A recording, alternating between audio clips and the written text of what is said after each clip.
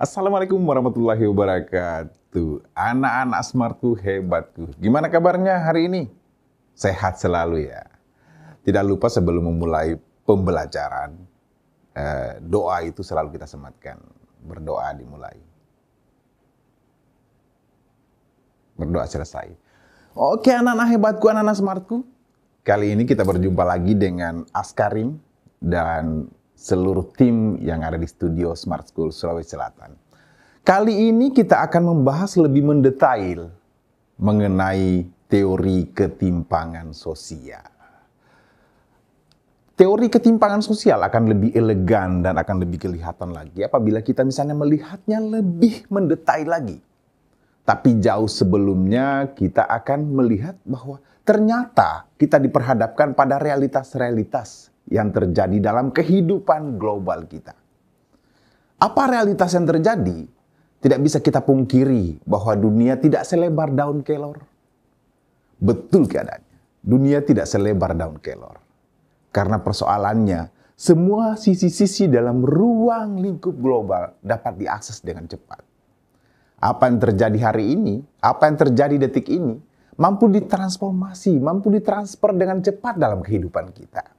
Sebelum Bapak menjelaskan mengenai apa teori ketimpangan sosial, maka terlebih dahulu kita akan menguraikan apa yang ingin kita capai pada pertemuan kita kali ini.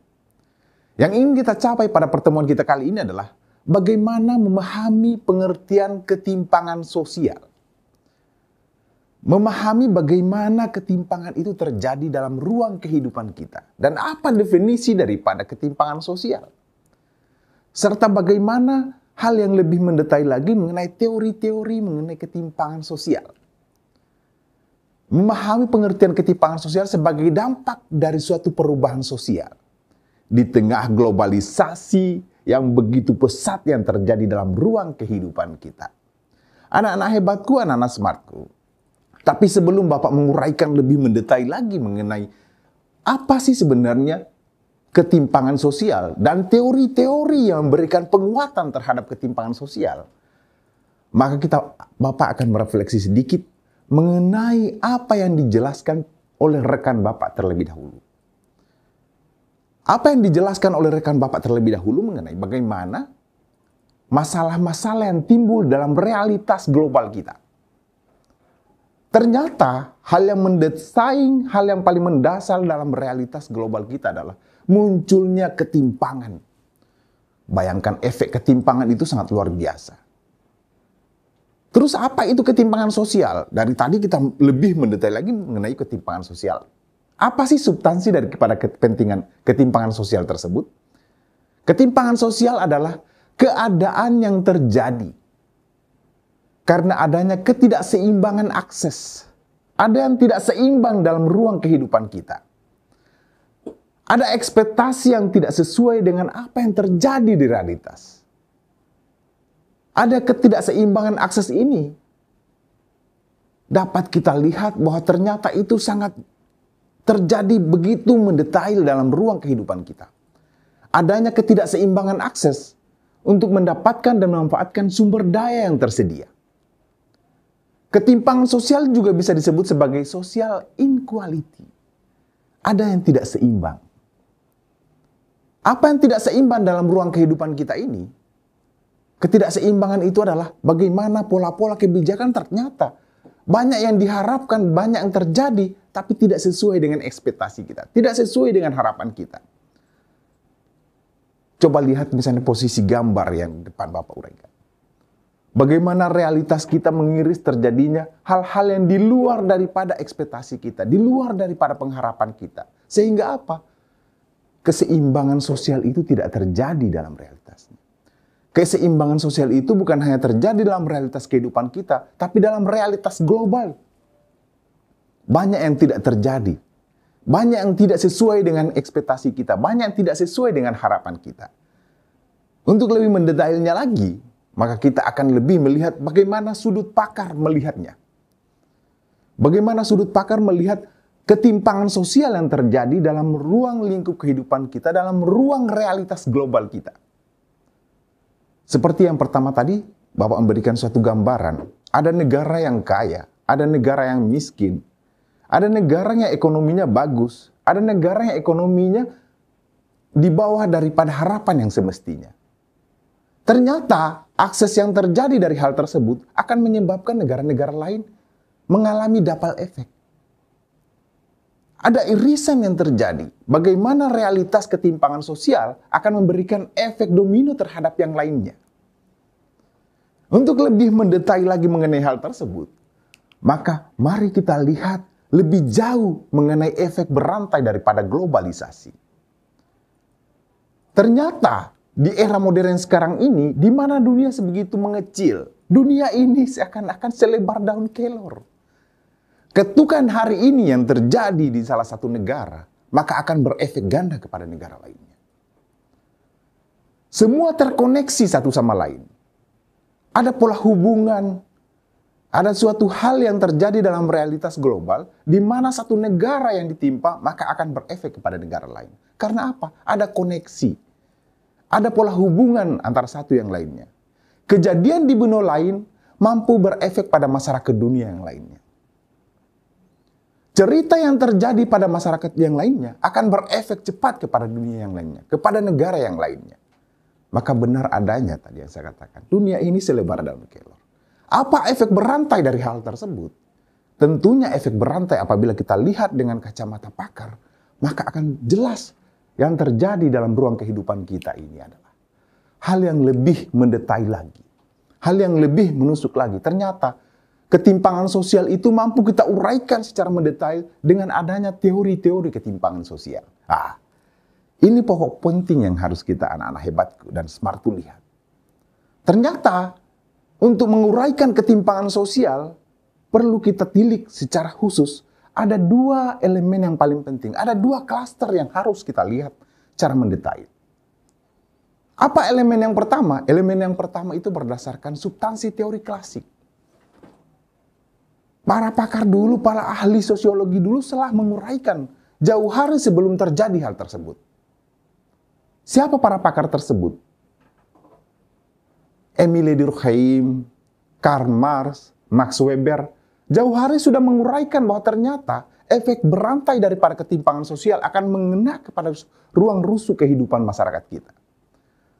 Bukan hanya dalam segi masyarakat kita yang terjadi, tetapi akan mengena kepada misalnya efek berantai pada negara-negara yang lainnya. Karena apa? Karena koneksitas tadi. Karena pola hubungan yang terjadi tadi. Pola hubungan akan berefek ganda kepada yang lainnya. Itu menurut teori kelas. Secara klasik, ternyata Émile Durkheim melihat bahwa teori struktural fungsional itu terjadi.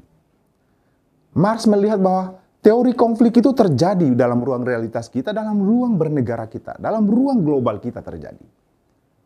Teori kelas, status keuangan oleh misalnya Max Weber telah dilihat berdasarkan hal spesifik tersebut.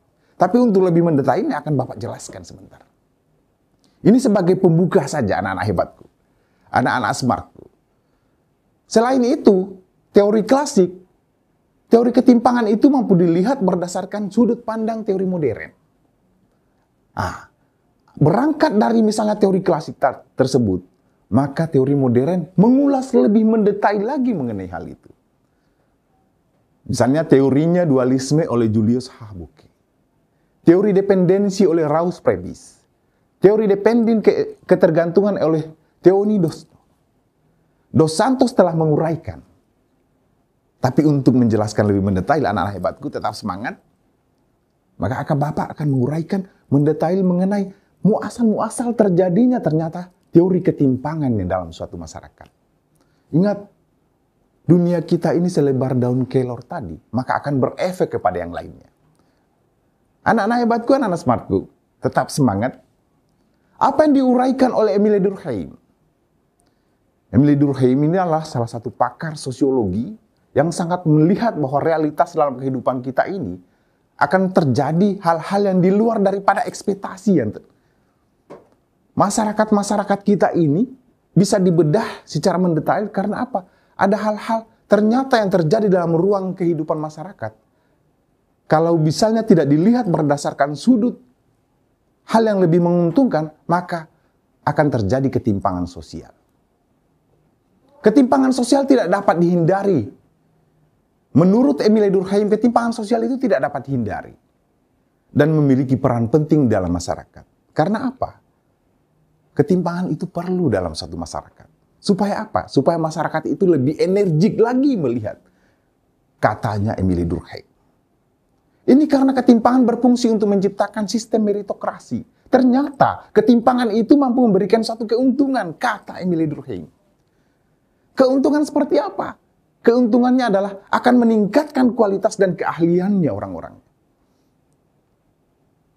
Akan memberikan ruang lingkup untuk lebih menuntut lagi spesifikasi skill dan kemampuan untuk menempati posisi-posisi tertentu. Tidak akan terjadi hal yang lebih berkembang lagi dalam realitas global kita, realitas masyarakat kita, kalau tidak ada ketimpangan.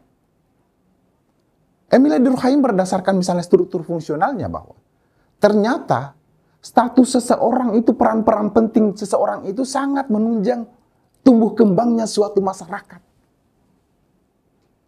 Posisi-posisi seseorang itu sangat memberikan ruang lingkup. Ketimpangan-ketimpangan yang terjadi dalam realitas masyarakat itu sangat memberikan ruang lingkup untuk meningkatkan kualitas dari suatu masyarakat.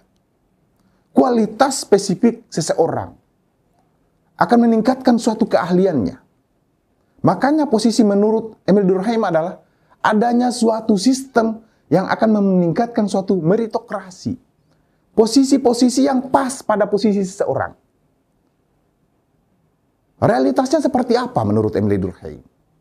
Buruh harian diberikan spesifikasi karena misalnya unskill-nya tadi. Kurang keahliannya. Akhirnya dia mengambil suatu peran. Yang kaya dan miskin itu harus ada dalam posisi suatu realitas masyarakat. CEO, dia dapat posisi tersebut karena persoalan apa? Karena dia berjuang untuk mendapatkannya. Ada labelitas, ada sertifikat. Ada hal-hal yang lebih menguntungkan dalam posisinya. Posisi itu yang harus memberikan, ada ruang-ruang dalam ruang lingkup kehidupan kita, harus ditempati berdasarkan posisi keahlian. Posisi-posisi keahlian. Posisi keahlian akan memberikan ruang lingkup dalam kehidupan kita. Sehingga apa? Ketimpangan sosial menurut Emile Durkheim adalah bagaimana meningkatkan motivasi suatu masyarakat, motivasi suatu dunia, motivasi suatu negara untuk berkembang lebih baik dalam ruang lingkup kehidupannya nanti. Ada suatu sistem meritokrasi. Ada posisi kalau kita tidak misalnya memberikan suatu hal untuk merubahnya, maka kita akan berada pada posisi-posisi yang sesuai dengan skill yang kita miliki, yang sesuai dengan kemampuan yang kita miliki. Kalau ingin lebih lagi kemampuan tersebut, makanya kita harus menuntut, bekerja, dan melakukan suatu hal untuk merubah hal yang lebih diinginkan lagi supaya posisi-posisi tersebut mampu kita raih. Ini menurut tataran Emile Durkheim. Tapi ternyata hal tersebut tidak langsung misalnya memberikan suatu legitimasi secara luas. Realitasnya dalam kehidupan masyarakat, saya konkretkan saja. Misalnya, di SMA itu terdapat kelas unggulan yang hanya dihuni oleh orang-orang jenius. Tentunya, posisi-posisi tersebut akan memberikan suatu keuntungan lebih kepada kuota untuk penerimaannya. Penerimaan di SNPTN lebih banyak dibandingkan kelas-kelas di kelas reguler. Karena persoalan apa? Porsi yang mereka berikan kepada misalnya kelas tersebut lebih banyak. Lebih banyak misalnya diasah. Lebih banyak dilihat orang-orang yang dipilih untuk menempati posisi tersebut. Sehingga apa? Benefitnya akan lebih banyak pada mereka. Ini yang terjadi dalam realitas kehidupan kita. Terkadang, hal tersebut tidak bisa kita pungkiri. Banyak ruang-ruang dalam kehidupan suatu masyarakat. Banyak ruang-ruang dalam suatu hal yang lebih mendetail lagi. Kita diberikan suatu sisi keuntungan untuk itu. Tetapi apa? Efek tersebut akan memberikan suatu hal yang lebih lagi. Akan memberikan suatu efek domino pada yang lainnya. Emile Durkheim lupa bahwa ternyata hal tersebut kalau terus dipupuk akan memberikan suatu kecemburuan sosial. Malahan akan memberikan ruang-ruang masalah-masalah baru dalam kehidupannya. Ternyata ini dilihat bukan berdasarkan spesifik, hanya berdasarkan spesifik keahlian saja. Para pakar yang lain lebih mendetail lagi. Ternyata ketimpangan sosial itu bukan hanya dilirik berdasarkan posisi meritokrasi tadi. Tetapi ada ruang masalah. ruang masalah yang terjadi dalam ketimpangan sosial. Ruang masalah apa? Menurut teori Karl Marx mengatakan bahwa masyarakat berada dalam keadaan konflik. Kita ini hidup dalam suatu masalah. Kita ini hidup dalam suatu konflik. Kita ini hidup dalam suatu kepentingan. Kenapa ketimpangan sosial terjadi? Karena memang masyarakat itu mengalami suatu konflik yang terjadi dan terus-menerus. Karl Marx mengatakan bahwa masyarakat berada dalam keadaan konflik yang tiada hentinya. Karena apa? Karena ada persaingan. Ada usaha yang harus menggeser posisi-posisi tertentu. Karena adanya persaingan. Dia harus unggul dibandingkan yang lainnya. Dia harus menempati posisi yang seperti ini. Supaya apa? Supaya mampu mengeksploitasi yang lainnya. Ada motif kepentingan yang lebih penting. Sehingga apa? Ketimpangan sosial itu mampu terjadi dalam ruang lingkup kehidupan masyarakat. Persaingan untuk mendapatkan sumber daya yang terbatas. Ada sumber daya yang diburu secara berjamaah. Ada sumber daya yang harus dieksplor oleh kepentingan-kepentingan tertentu saja dalam ruang lingkup masyarakat. Sehingga apa? Terjadi sikut-menyikut. Terjadi permasalahan yang lebih. Bahwa tatanan sosial dipertahankan melalui dominasi. Ada faktor kekuasaan, ada faktor menguasai, ada faktor menjajah. Tanpa bukan melalui konsensus atau konformitas, tetapi secara paksaan.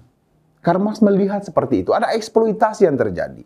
Hal ini diuraikan oleh Karl Marx bahwa ternyata realitas masyarakat yang terjadi dalam kehidupan kita, ada dua komponen yang paling sangat mendetail keberadaannya.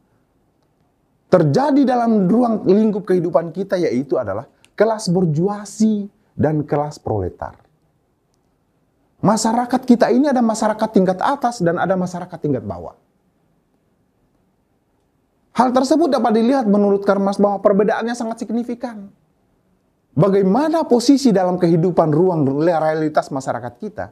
Ada si kaya dan si miskin. Si kaya memanfaatkan kemiskinan seseorang.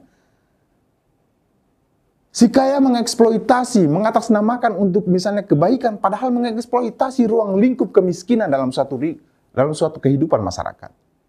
Negara kaya berataskan dana misalnya untuk membangun, padahal tujuan dan misinya adalah untuk mengeksploitasi negara-negara yang dibawanya, negara yang baru berkembang atau negara yang periferi.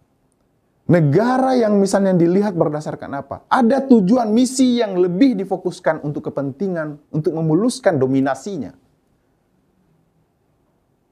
Ada sumber penghidupan. Ternyata sumber penghidupan yang bisa kita lihat adalah jalur eksploitasi tadi. Memanfaatkan kemiskinan seseorang untuk memberikan ruang lingkup kekayaan yang lebih. Memanfaatkan negara yang berkembang, tujuannya untuk apa? Untuk semakin memakmurkan negara-negara maju. Karl Marx melihat dalam posisi seperti itu. Ada kaum burjuasi, orang-orang kaya, orang-orang menengah ke atas. Orang-orang yang ingin ditindas adalah orang-orang yang tidak berdaya, orang-orang yang unskilled tadi. Orang-orang yang mampu misalnya dieksploitasi seperti apa. Karena apa? Karena ternyata hal tersebut terjadi karena ada faktor pemilikan modal. Negara kaya memiliki modal untuk menguasai negara-negara yang baru berkembang.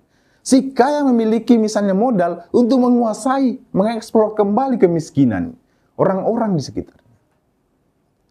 Hal itu terjadi karena persoalan apa? Karena ada klasifikasi dalam suatu stratifikasi sosial. Ada tingkatan-tingkatan dalam suatu masyarakat. Tingkatan-tingkatan dimanfaatkan dengan baik. Itu yang melihat ternyata ketimpangan sosial akan berefek seperti apa? Karena persoalan-persoalan yang lebih mendetail lagi. Akan memberikan, karena masyarakat itu ya adalah masyarakat yang selalu terjadi konflik dalam ruang kehidupannya. Ada sisi ekonomi yang mampu dieksploitasi secara misalnya lebih untuk tujuan-tujuan tertentu. Tujuan nilai-nilai benefit yang diperoleh dalam suatu tataran masyarakat atau negara-negara yang lain. Negara berkembang mengeksploitasi negara maju mengeksploitasi negara berkembang. Si kaya mengeksploitasi si miskin. Dengan misi dan tujuannya seperti apa? Adalah untuk memperkaya. Untuk lebih menguasai, untuk lebih mendominasi. Sisi-sisi ruang seperti itu yang dilihat oleh Karl Marx. Tetapi Apa yang misalnya dilihat lagi oleh pakar yang lainnya, bahwa ternyata Karl Marx hanya melihat dalam sisi-sisi dalam ruang tataran ekonomi. Contoh dalam realitas kehidupan kita. Sebuah pabrik tambang mempekerjakan para pegawai hingga larut malam. Tanpa tambahan upah, kontrak tidak jelas, sampai tindak memecat karyawan sesuka hati. Ini adalah bentuk yang terjadi dalam realitas kehidupan kita. Ternyata, banyak yang terjadi dalam hal tersebut. Orang mempekerjakan dengan tujuan untuk mengeksploitasi, bukan memanusiakan manusia. Tetapi manusia seakan-akan kehilangan haknya sebagai manusia. Karena persoalan apa? Ketidakberdayaan mereka tadi. Orang yang membutuhkan pekerjaan tidak diberdayakan dengan baik. Karena untuk menarik hal benefit-benefit saja. Keuntungan-keuntungan yang lebih besar. Sebuah pabrik tambang yang tidak memanusiakan, kadang tidak memanusiakan.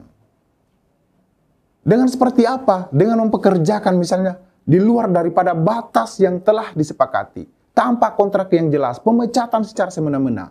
Ini adalah suatu bentuk eksploitasi. Karl Marx melihat realitas terjadi seperti itu. Bahwa hal tersebut tidak boleh terus-menerus dilihat. Tidak boleh terus-menerus genjot dalam satu masyarakat. Karena apa? Karena akan menyebabkan ketimpangan sosial dalam satu masyarakat. Akan menyebabkan ketidakseimbangan dalam suatu masyarakat. Efeknya apa? Efek dominonya akan memberikan suatu riak-riak masalah baru. Akan memberikan ruang-ruang masalah baru untuk berkembang lebih jauh. Itu yang menurut tataran. Hal yang lainnya lagi, ternyata Karl Marx hanya melihat berdasarkan sisi spesifik secara ekonomi. Ternyata Max Weber lebih melihat lagi bahwa ternyata ketimpangan sosial itu memiliki nilai-nilai yang paling mendasar dalam kehidupan kita. Dan ini selalu mengikut dalam kehidupan masyarakat kita. Apa nilai-nilai yang paling mendasar? Menurut Max Weber, bahwa nilai yang paling mendasar dalam kehidupan kita itu adalah hal dalam kehidupan bermasyarakat. Poin pertama, nilai kekayaan. Coba bayangkan, banyak yang terjadi dalam ruang kehidupan kita. Kekayaan itu seakan-akan menjadi suatu akses untuk menguasai yang lainnya. Orang kaya memiliki akses lebih banyak untuk menguasai nilai-nilai orang-orang kaum-kaum yang termarginalkan dalam ruang lingkup kemiskinan. Ada status, semakin tinggi statusnya seseorang, maka semakin banyak hal yang lebih diuntungkan dalam posisinya. Bagaimana suatu sistem semakin tinggi nilainya, semakin bagus posisinya, maka akan memberikan suatu banyak nilai-nilai manfaat yang mereka lihat. Yaitu status, kekayaan, dan kekuasaan. Hal tersebut selalu mengekor dalam suatu realitas masyarakat kita. Dan masyarakat dunia melihat itu bahwa ternyata 3 elemen ini akan memberikan suatu power ledakan yang sangat besar. Status, kekayaan, dan kekuasaan. Tetapi hal tersebut bukan hanya serta-merta akan memberikan hal yang lainnya, tetapi hal tersebut akan memberikan suatu dampak yang lebih besarnya lagi. Apa sebenarnya status? Apa sebenarnya kekayaan? Dan apa sebenarnya kekuasaan? Menurut Max Weber, kekayaan adalah meliputi propertinya. Banyak orang-orang kaya, banyak masyarakat-masyarakat yang mengatakan dirinya sebagai orang kaya. Karena persoalannya mereka memiliki aset dan properti. Ada lahan yang mereka lakukan. Ada tanah, ada peternakan, rumah, pabrik, dan semua aksesoris keduniawian yang lebih melihat berdasarkan substansi material. Situasi ekonomi mereka diuntungkan. Menurut Max Weber bahwa situasi ekonomi mereka diuntungkan seperti apa? Ada nilai elemen daripada kekayaannya tersebut. Sehingga apa? Sehingga mempengaruhi orang lain berdasarkan patronnya. Orang semakin kaya, maka akan semakin patuh masyarakat-masyarakat lainnya. Karena apa? Karena ada yang mereka bekengi. Ada yang mereka lihat daripada posisi dirinya. Itu akan menyebabkan suatu ketimpangan sosial. Menurut Max Weber. Apa sih sebenarnya elemen pengikatnya kekayaan? Adalah material-material yang mampu dilihat. Yang kedua adalah prestise. Prestis nilai status seseorang. Rasa hormat yang membuat seseorang atau posisi status yang dianggap oleh orang lain. Karena apa? Karena ada posisi bergeningnya, ada bergening statusnya yang mereka tawarkan kepada orang lain. Semakin tinggi status sosialnya, semakin besar nilai pengaruhnya. Semakin tinggi, semakin besar suatu status suatu negara, maka akan semakin besar daya ledakannya. Ada power tersebut. Ada power, ada kekuasaan. Hal ini akan selalu mengikut. Status itu akan selalu mengikut dalam suatu elemen. Semakin tinggi statusnya, semakin kuat gaungannya, semakin besar ledakannya. Itu menurut Max Weber. Hal yang ketiga menurut Max Weber adalah adanya kekuasaan. Tidak bisa kita pungkari. Hal yang paling mendasar, hal yang paling elemen adalah siapa yang berkuasa, maka aksesnya akan lebih banyak dibandingkan orang-orang tidak memiliki kekuasaan. Akses seperti apa? Hal yang paling mendetail lain-lainnya misalnya bisa kita lihat adalah bagaimana hal tersebut terjadi sehingga ruang kekuasaan itu bukan hanya dilihat berdasarkan tersebut. Ternyata semakin memiliki legalitas kuasa, semakin berkuasa seseorang, maka semakin memiliki akses untuk memiliki bahkan negara-negara yang maju akan semakin mudah untuk menguasai negara-negara yang baru berkembang. Karena apa? Karena memiliki power ledakan tadi, kekuasaan. Ini menurut Max Weber. Apa realitas yang terjadi? Apa kira-kira contoh yang bisa kita lihat? Dimensi statusnya. Bagaimana dimensi-dimensi seorang kaisar, seorang raja memiliki legitimasi tersebut. Semakin tinggi status sosialnya seseorang, semakin memiliki nilai bergening dalam satu realitas masyarakat. Semakin kaya seseorang, semakin tinggi nilai jualnya, semakin tinggi nilai kekuasaannya. Karena apa? Karena realitas terkadang tidak bisa kita pungkiri. Bahwa orang yang kaya mampu mengendalikan nilai-nilai dalam kehidupan kita. Misalnya, karena apa? Karena dia memiliki suatu akses untuk memberikan hal tersebut. Kekuasaan, semakin tinggi kuasanya, maka semakin besar peluangnya untuk memonopoli, semakin besar peluangnya untuk menciptakan ketidakharmonisan, menciptakan hal yang diinginkan dalam suatu masyarakat. Ini menurut Max Weber. Apa realitas yang bisa kita lihat? Tidak bisa kita pungkiri. Contoh sederhana yang mampu kita lihat adalah pada pemilu munculnya sebuah politik uang. Karena persoalan apa? Orang yang memiliki kekayaan, orang yang memiliki kekuasaan akan mudah mengaksesnya. Ini bahasa sederhana dan realitas yang terjadi dalam ruang kehidupan kita. Pada pemilu muncul sebuah politik uang hanya untuk menguntungkan beberapa pihak saja. Tidak bisa kita pungkiri. Banyak oknum yang bermain dalam hal-hal tersebut. Mulai dari tingkatan pemilihan desa, mulai dari tingkatan pemilihan yang lainnya yang lebih tinggi lagi, banyak terjadi di politik uang. Ini realitas yang terjadi. Ternyata kekayaan, kekuasaan mampu membeli hati nurani terkadang suatu masyarakat.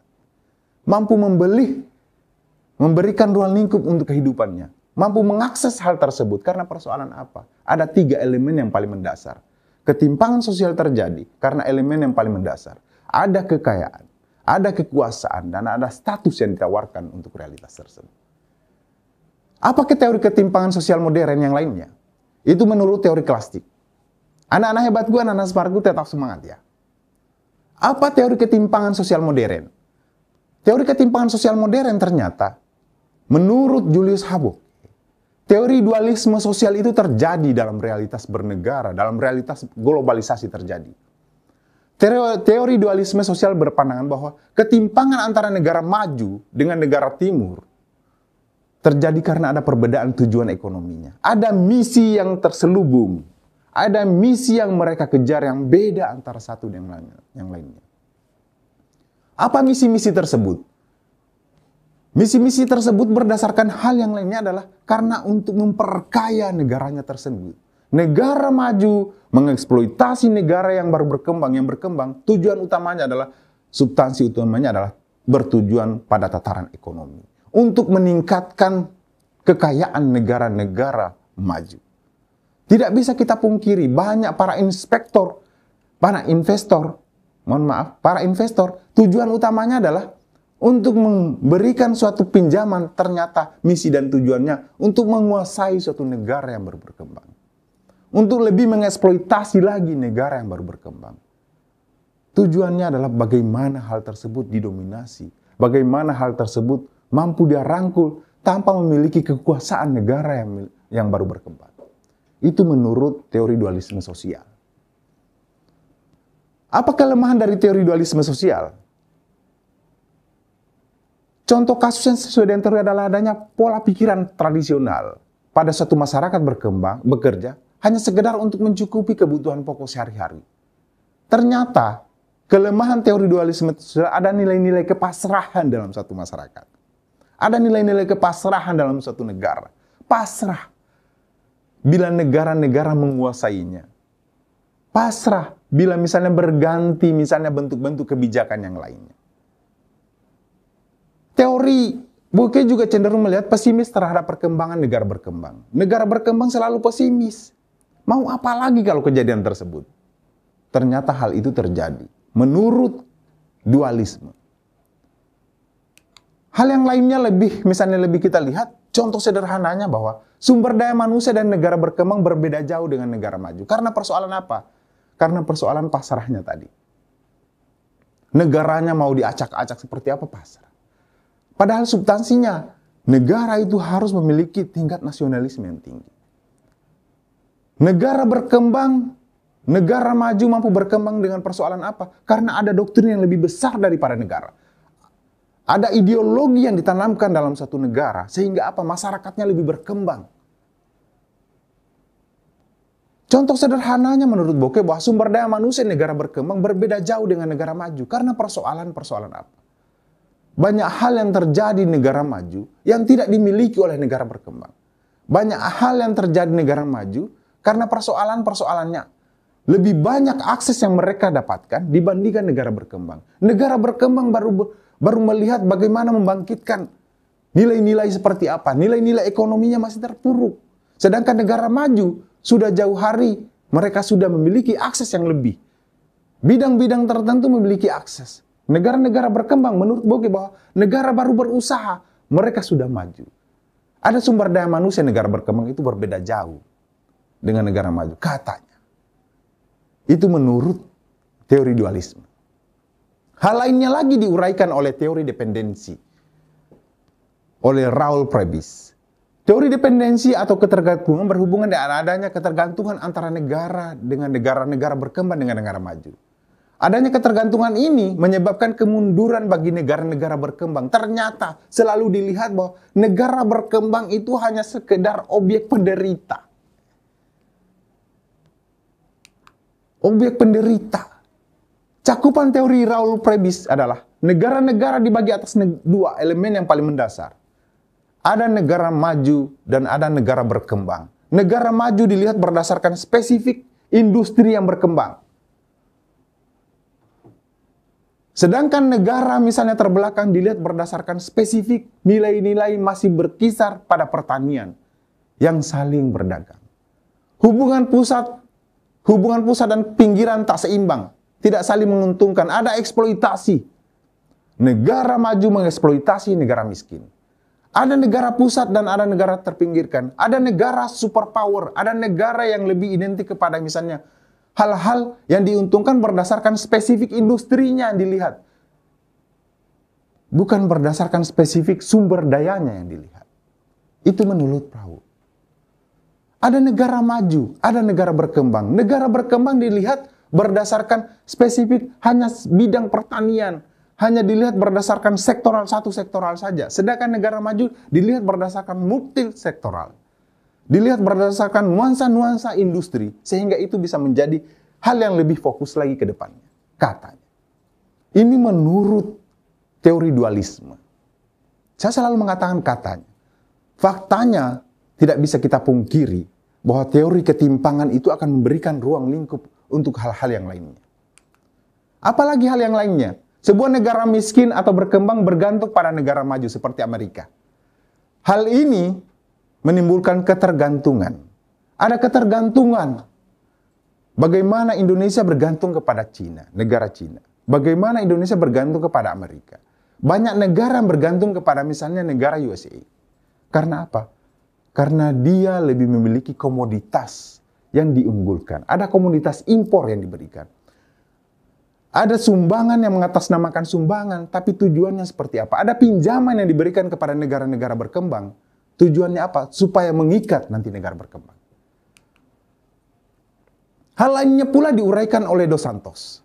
Lebih lagi melihat Dos Santos sebagai keadaan di mana ketimpangan tersebut terjadi, keadaan di mana kehidupan ekonomi maju negara-negara tertentu dipengaruhi oleh negara-negara berkembang.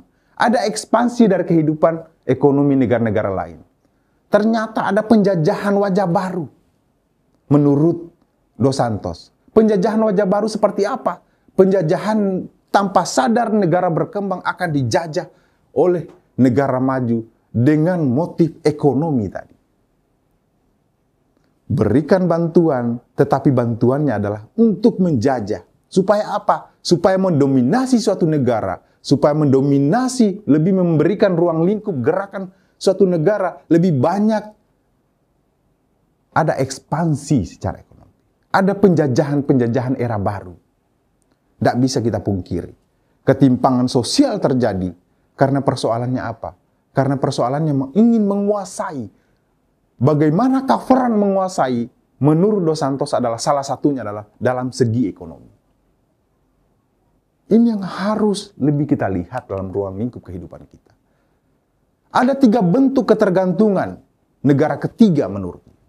Ketergantungan secara kolonial. Ada penjajahan era baru.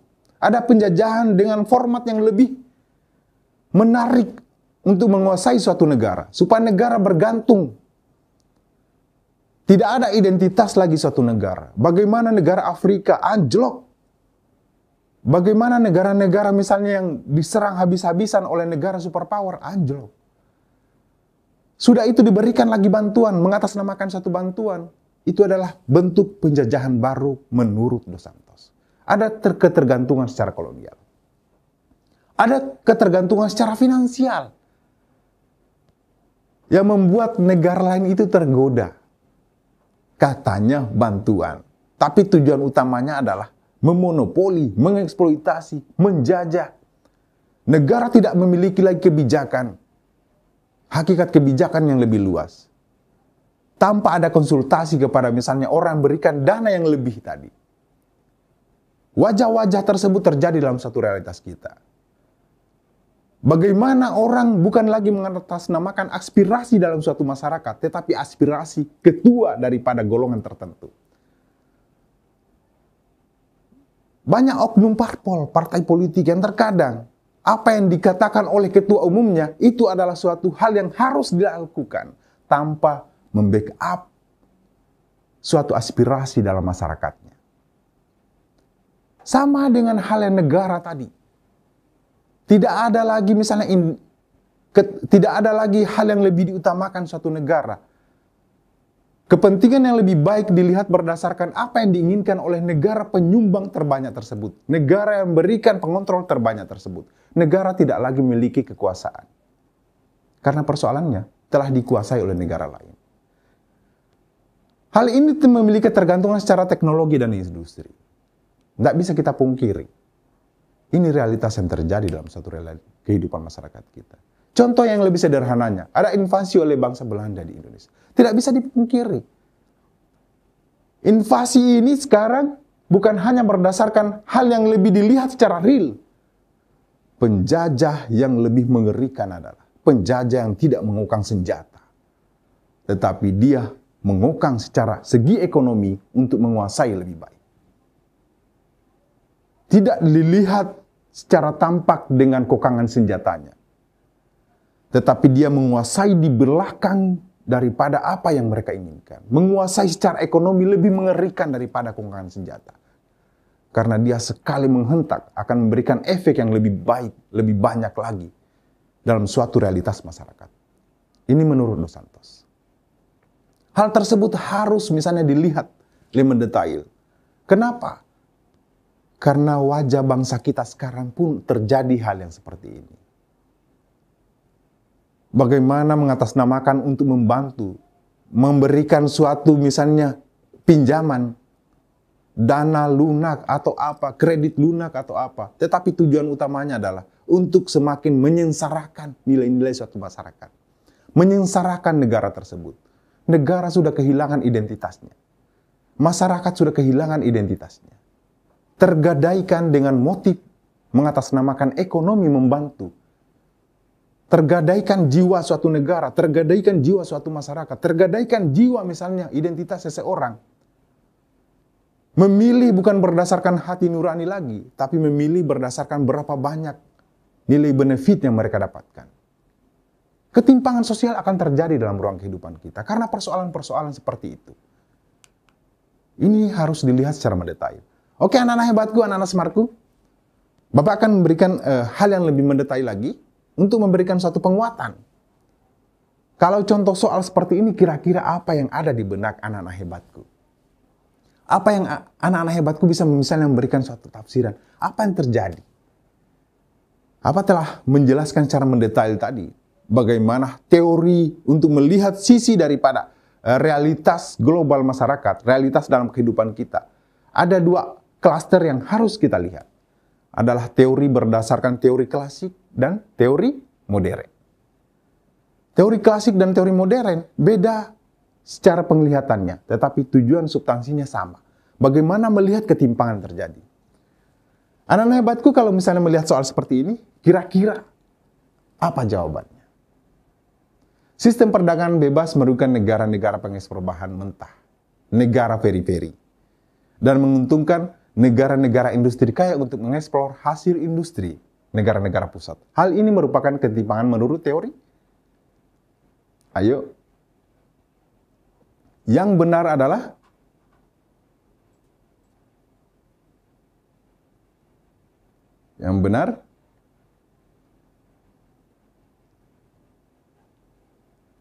jangan terjebak. Ada keyword yang misalnya harus kita lihat. Perdagangan bebas merugikan negara-negara pengekspor bahan mentah. Menguntungkan negara-negara industri kaya mengekspor hasil industri. Hal ini merupakan ketimpangan menurut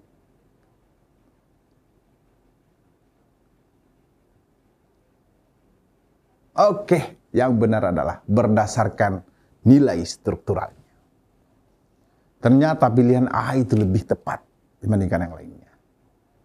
Pilihan A lebih melumuraikan lagi bahwa ternyata dalam suatu masyarakat itu ada suatu status, ada kekayaan, ada hal yang lebih diuntungkan lagi. Mas Weber melihat bahwa ternyata nilai-nilai status, nilai-nilai kekayaan, nilai-nilai lebih diuntungkan lagi, nilai-nilai prestis tadi lebih diuntungkan lagi untuk menguraikan lebih jauh. Oke, anak-anak hebatku, yang mau bertanya silakan, saya persilakan dengan hormat. Sebagai satu penguatan, kemiskinan dan kesenjangan yang mencapai level ekstrim adalah hantu. Menyerang di era di mana dunia mempertontonkan kemajuan hebat. Dalam dunia ilmu, pengetahuan, teknologi, industri, dan kekayaan. Kondisi ini sangat mengerikan dengan adanya perbudakan dan apartheid yang dianggap sebagai kejahatan sosial. Ingat, jangan pernah kehilangan identitas diri. Jangan pernah kehilangan identitas bernegara. Jangan gadaikan negara kita dengan tujuan untuk memuliakan kepentingan secara sektoral. Jangan gadaikan jiwa kita untuk kepentingan sesaat. Ketimpangan sosial terjadi, ketidakseimbangan sosial terjadi apabila kita kehilangan identitas diri. Ketimpangan sosial terjadi dalam satu negara apabila negara tersebut telah kehilangan jati dirinya. Kehilangan jati dirinya sehingga apa? Sehingga negara lain mampu mengacak-ngacak suatu negara. Sehingga apa? Sehingga masyarakat lain, oknum-oknum mengatasnamakan masyarakat, lebih mengacak-ngacak suatu identitas diri tersebut. Tetap smart, tetap memberikan ruang yang lebih baik ke depannya. Tetap positif anak hebatku. Wabillahi taufiq wal hidayah. Assalamualaikum warahmatullahi wabarakatuh. Sampai ketemu lagi.